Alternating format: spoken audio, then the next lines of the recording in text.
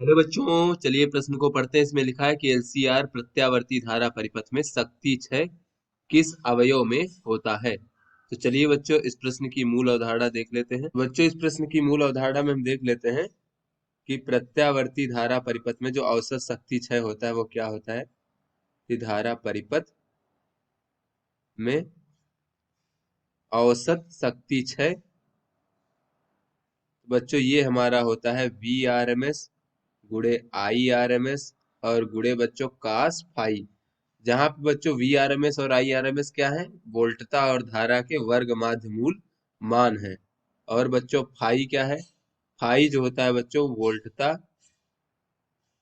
और धारा के बीच में कलांतर होता है। धारा के बीच कलांतर है। चलिए बच्चों अपने प्रश्न को हल करते हैं। तो यहाँ पर बच्चों पूछा जा रहा है कि एलसीआर प्रत्यावर्ती धारा परिपथ में शक्ति क्षय किस अवयव में होता है। तो बच्चों एल क्या है, हमारी प्रेरण कुंडली है। और सी हमारा बच्चों संधारित्र को प्रदर्शित करता है। आर जो होता है वो प्रतिरोध को प्रदर्शित करता है। तो बच्चों हम यहाँ पर अगर देखें तो चूंकि जो हमारा बच्चों प्रेरण कुंडली है, प्रेरक कुंडली यानी कि एल और संधारित्र के सिरों के बीच जो विभवांतर है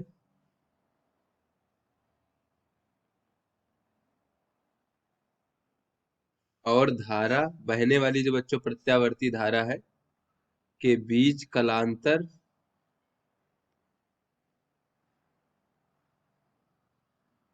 कलांतर बच्चों पाई/2 होता है। और बच्चों हमें पता है कि कास पाई/2 का मान 0 होता है।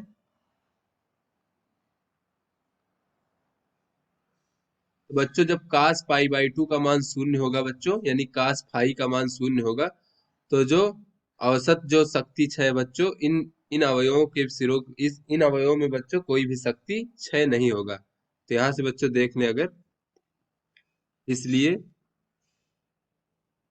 कुंडली और संधारित्र में कोई भी शक्ति क्षय नहीं होता है।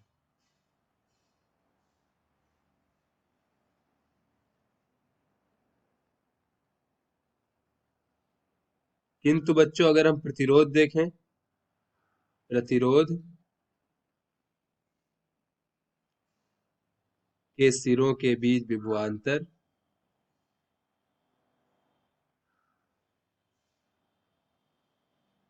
और प्रत्यावर्ती धारा के बीच में कलांतर 0 होता है, यानी उसके बीच में कोई कला का अंतर नहीं होता, दोनों समान कला में होते हैं। कलांतर 0 होता है। और बच्चों हमें पता है कि जो काश 0 का मान होता है बच्चों वो 1 होता है। अतः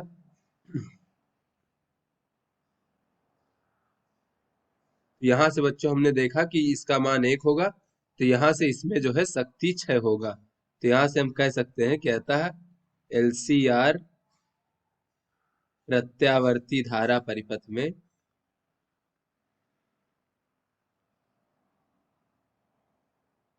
जो शक्ति क्षय होता है वो हमसे प्रश्न में पूछा गया बच्चों किस अवयव में होता है, तो शक्ति क्षय प्रतिरोध में होता है। और बच्चों जो कुंडली और संधारित्र है उसमें कोई शक्ति क्षय नहीं होता है। तो आशा करते हैं बच्चों ये आपको समझ में आ गया होगा। धन्यवाद।